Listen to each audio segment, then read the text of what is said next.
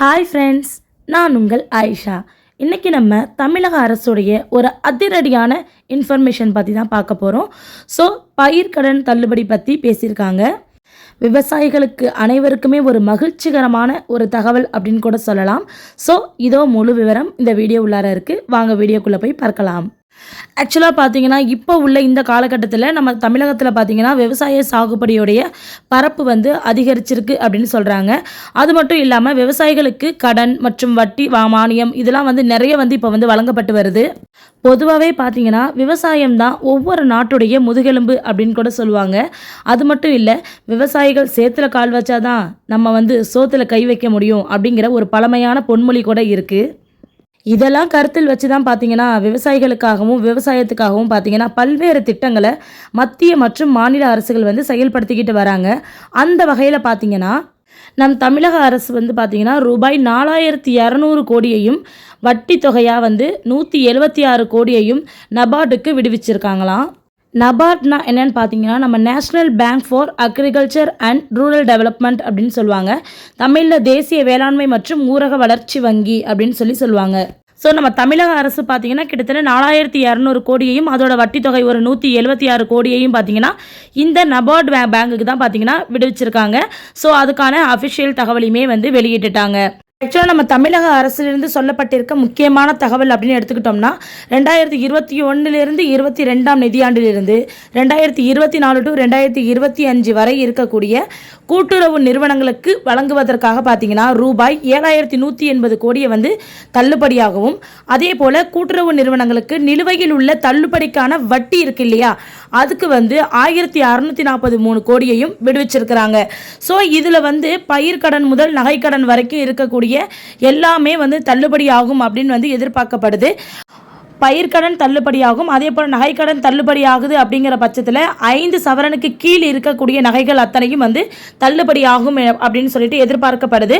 So அதுக்கான நிதியையும் பார்த்தீங்கன்னா நமக்கு வந்து தமிழக அரசு தரப்பிலிருந்து விடுவிச்சிருக்கிறாங்க. ஸோ இது தேர்தலை முன்னிட்டு கூட நடைபெற்றிருக்கலாம். சரி, இருந்தாலுமே வந்து நமக்கு இப்படி கிடைச்சிருக்கிற ஒரு அஃபிஷியலான ஒரு தகவல் வந்து மிகவும் நம்பிக்கைத்தனமாக வந்து நமக்கு வந்து அமைஞ்சிருக்கு. இது மட்டும் இல்லை, இன்னும் நிறைய மானிய கடன்கள் வந்து வழங்கவும் படுது. அது வந்து ஒரு சில காரணங்களால தள்ளுபடியும் பண்ணப்படுது. அதை பற்றின முழு விவரம் இதோ. நெக்ஸ்ட் பார்த்தீங்கன்னா இப்போ இதில் மானியத்தில் என்னென்ன கொடுக்கப்படுது அப்படின்னு பார்த்தீங்கன்னா மானியத்து மூலயமா வந்து ஒரு விவசாய உபகரணம் வாங்குறதுக்கு லோன் கொடுக்குறாங்க. மானியத்தில் வந்து உரம் கொடுக்குறாங்க. அதே மானியத்தில் வந்து விதைகள் கொடுக்கப்படுது. மின்சார மானியம் அளிக்கப்படுது. ஒரு ஏற்றுமதி மானியம் அளிக்கப்படுது. ஓய்வூதிய திட்டம் கொடுக்கப்படுது. நேரடி விற்பனை நிலையம் வந்து நமக்கு வந்து மானியத்தில் வந்து கிடைக்கப்படுது. அதே போல் பார்த்தீங்கன்னா விவசாய உள்கட்டமைப்பு மானியம் வந்து வழங்கப்படுது. இப்படி பல திட்டங்கள் வந்து நடைமுறையில் இப்போ வரைக்குமே வந்து இருந்துட்டு தான் இருக்குது. இந்த திட்டங்கள் எல்லாமே பார்த்தீங்கன்னா சிறு பெரும் விவசாயிகள் எல்லாருக்குமே தான் அளிக்கப்படுது. ஆனால் பார்த்தீங்கன்னா ஒரு சிலருக்கு இந்த திட்டம் பற்றிய விவரங்கள் எதுவுமே வந்து வெளிவர தெரியறது கிடையாது. ஸோ அதனால் இந்த ஒரு வீடியோ அதை வெளிப்படையாக உங்களுக்கு எல்லாருக்குமே காட்டும் அப்படிங்கிற நம்பிக்கையில் தான் நான் இந்த வீடியோவை அப்லோட் பண்ணிகிட்ருக்கேன். நெக்ஸ்ட் பார்த்தீங்கன்னா குறிப்பாக வந்து கடன் மானியம் திட்டமும் வந்து செயல்படுத்தப்பட்டு தான் வந்துட்டுருக்கு. ஸோ மானியத்தில் கடன் கூட வந்து வழங்கப்படுது. அந்த வகையில் பார்த்தீங்கன்னா விவசாயிகள் வந்து விவசாய கடன்கள் பெறும்போது கடனுக்கான வட்டி வந்து மானியமாக வந்து கொடுக்கப்படுது. ஒரு எக்ஸாம்பிளுக்கு பார்த்தீங்கன்னா நம்ம ஒரு லோன் எடுக்கிறோம் அப்படின்னா அந்த லோன் வந்து அசல் தொகையாக மட்டும்தான் இருக்கும். அதுக்கான வட்டி தொகையும் சேர்த்து தான் நம்ம வந்து கட்டுற மாதிரி இருக்கும். ஆனால் இங்கே பார்த்தீங்கன்னா அந்த வட்டியை வந்து இவங்க மானியத்தில் கழிச்சிடுறாங்க. நம்ம அசலை மட்டுமே திருப்பி செலுத்துகிற மாதிரி ஒரு சூழல் வந்து ஏற்படுது. இதனால் பார்த்தீங்கன்னா விவசாயிகள் வந்து கடனை திருப்பி செலுத்துறதுக்கு ரொம்ப ஈஸியாக இருக்குது அப்படின்னு சொல்கிறாங்க. ஸோ விவசாயிகளுக்கு அடையாள அட்டை அப்படின்னு சொல்லிட்டு ஒரு அட்டை வந்து வழங்கப்படுது. ஸோ இதன் மூலமாக பார்த்தீங்கன்னா அரசு வழங்கக்கூடிய பல சலுகைகளை விவசாயிகள் வந்து எளிதாக வந்து பெறக்கூடிய ஒரு சூழ்நிலையை வந்து ஏற்படுத்தி கொடுத்துருக்காங்க நம்ம தமிழக அரசு. இது போன்ற பல திட்டங்கள் மட்டும் இல்லாமல் பார்த்தீங்கன்னா விவசாய கடன் தள்ளுபடி திட்டமும் வந்து செயல்படுத்தப்பட்டு தான் வந்துட்டு இருக்கு. ஸோ இது போன்ற பல்வேறு திட்டங்கள் காரணமாக வந்து பார்த்தீங்கன்னா இப்போ சாகுபடியானது ஒவ்வொரு வருஷமும் அதிகரிச்சுட்டே வருது அப்படின்னு சொல்கிறாங்க. நம்ம தமிழகத்தில் குறிப்பாக எடுத்துக்கிட்டிங்கன்னா கடந்த 2019 மற்றும் 2020 நிதியாண்டில் பார்த்தீங்கன்னா 1.47 கோடி ஏக்கராக இருந்த மொத்த சாகுபடியோடைய பரப்பு 3.23 லட்சம் ஏக்கர் வந்து அதிகரித்து இன்னைக்கு 2024 to 2025 ஆண்டில் 1.50 கோடி ஏக்கராக உயர்ந்திருக்கு அப்படிங்கிறது மிகவும் குறிப்பிடத்தக்க ஒரு விஷயமா வந்து கருதப்படுது. ஸோ இதன் மூலயமா பார்த்தீங்கன்னா நமக்கு ஒவ்வொரு வருடமும் சாகுபடியானது அதிகரித்து இன்னைக்கு வந்து 1.50 கோடி ஏக்கராக வந்து உயர்ந்த நிலையில் இப்போ வந்து நமக்கு வந்து காமிச்சிட்டு இருக்காங்க. இது மட்டும் இல்லாமல் பார்த்தீங்கன்னா விவசாய கடன் அட்டை திட்டத்தின் கீழே வந்து 7% வட்டியில் பயிர் சாகுபடிக்கான செலவுகளை மேற்கொள்றதுக்கு தொடக்க வேளாண்மை கூட்டுறவு கடன் சங்கங்கள் வந்து குறுகிய கால பயிர் கடனை வழங்கிட்டு வராங்களாமா. அந்த வகையில் பார்த்தீங்கன்னா 2 லட்சம் வரைக்கும் பிணையம் இல்லாமலும், அதாவது வட்டி இல்லாமல் 2 லட்சம் வரைக்கும் வட்டி இல்லாமலும் 3 லட்சம் வரை பிணையம் பெற்றும் வழங்கப்படுது அப்படின்னு சொல்கிறாங்க. இந்த சூழ்நிலையில் விவசாயிகளுக்கு தமிழக அரசு முக்கிய தகவலை இன்னொன்னையும் தெரிவிச்சிருக்கிறாங்க. இது வரைக்கும் இருந்தது இல்லாமல் இப்போ புதுசாக ஒரு சில தகவலையும் வந்து தமிழக அரசு தரப்புலேருந்து கொடுத்துருக்காங்க.